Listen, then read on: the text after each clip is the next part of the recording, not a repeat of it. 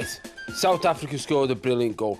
All right, the Vuvuzelas have been everywhere, doing everyone's head in. And let's be honest, who wasn't watching the telly today and looked around for a big bumblebee? What a noise.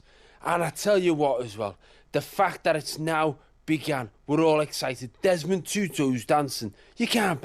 Desmond Tutu is... Every family needs a Desmond Tutu. He's like your mad uncle, isn't he? What a brilliant fella he is. And then when the Africans scored, we've already started the dance, which means that when England score tomorrow, we've got to do some kind of English dance, which means the lads will just be doing the pogo on the side, which is all wrong, or even dancing like you do to baggy trousers with your mates. Everything's been going on today, a day of contradictions. For Diego Maradona, talking about having some fair play. And then, Thierry Henry, complaining that a Uruguayan's handled the ball in the box. Are you joking, Henry? And that's your proper name, Henry. The Irish would be there if it wasn't for you and your big fingers. This is the day that we started. Tomorrow's the day we kick off, with England moving forward on our way to winning the World Cup. I know, what a brilliant start. Stevie G, a proper Captain Marvel, scoring after 4 minutes. We all thought it was going to be fantastic. We had players playing out of the skin. Emile Heskey, yeah, I'll say it again. Emile Heskey, absolutely brilliant. All right, he doesn't score a lot of goals. But then again, your wife doesn't lap dance. You know, sometimes you've got to look at what they do and not what they don't do. And what he does is great. What he does is linking the play in and bringing everyone into it. And it would have been a fantastic result if, at the other end, Robert Green wasn't doing a crossword. Come on, let's be honest, there's no other excuse. He was either doing that or Sudoku, and somehow the ball came along when he wasn't expecting it. And even when it came, it bounced twice. Now, I'm not saying it was a bouncing bomb. I'm saying it bounced twice. But you're better than that, Roberts. You're a good goalkeeper. All you've got to do is to remember what you've got to do as a goalkeeper is stop the ball. Once you've got that in your head, son, we're going to win the World Cup.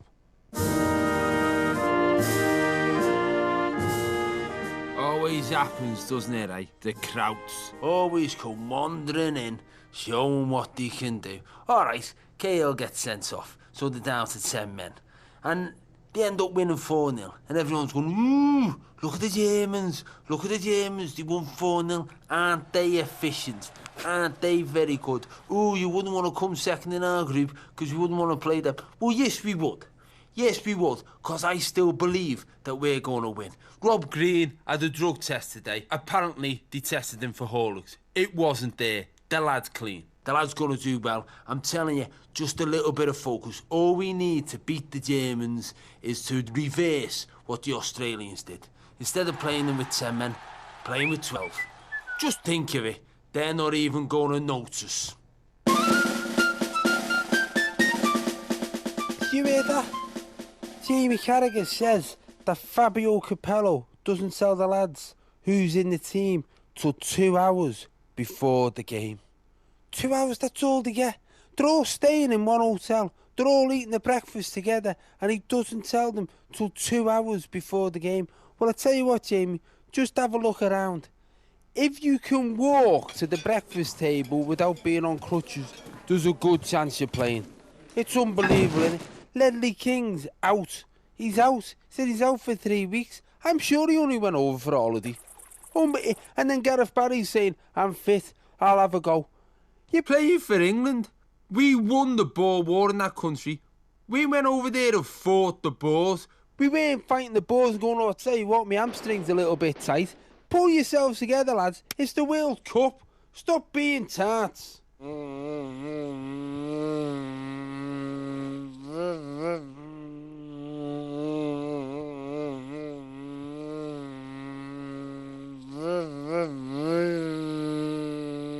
That's all I've figured out in this World Cup.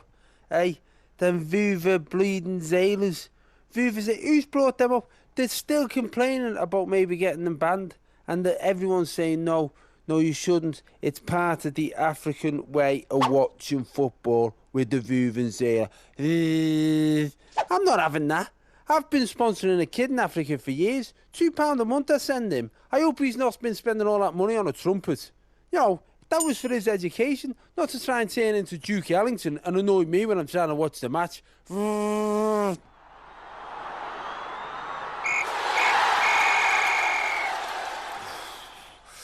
I know, you've got to sit here and watch other people play football, and the only thing I can think of is what are the Algerians planning? What are the Algerians planning to destabilise our World Cup?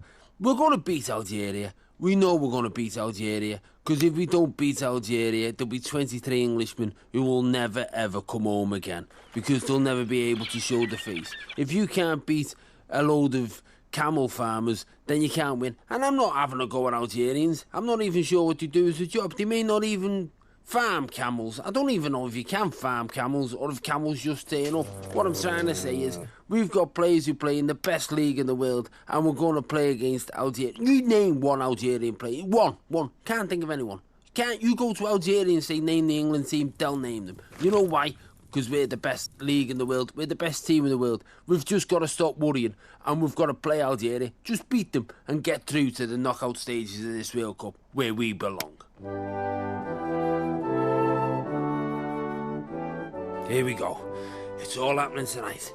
England against Algeria. I know, I'm like you, I've been wondering what sneaky plan are them Algerians coming up with. Someone's probably saying to the Algerians, you know what you need to do? Try and kick the ball at the England goalie really slow and hope it bounces 4 times and there's a chance it will go in. Now, I'm not being unfair on Rob Green, because I think he will be over that now. It's got to be difficult for that lad.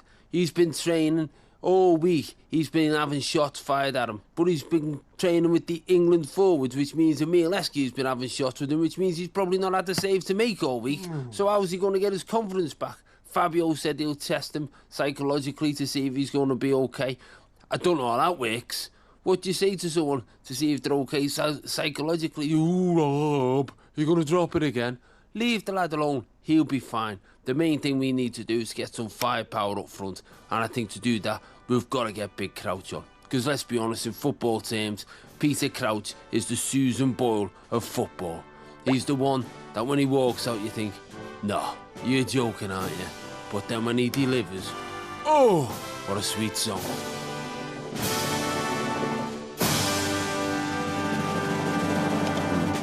Algeria, number 30 they are in the FIFA World Rankings.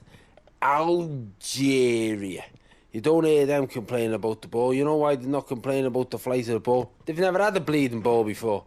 It's the first time they've ever played football, Algeria. We're better than that, lads. Stevie G was right. The lads have got it on their shoulders. It's time to get it back. Rooney, no good having a go at us for booing you. You were shite. You weren't as good as you're meant to be, and that's the problem. You don't go to a lap dance and go, you know what, love? I was expecting a lap dance, but it's all right if you make me a piece of toast. Lap dance. Rooney, play brilliant. England players, get it back. Get on the floor, get playing. Start being as good as you are, and one day, when you win the World Cup, you'll look back and say, you know what? It was all down to what that fat Scouse bloke said the morning after.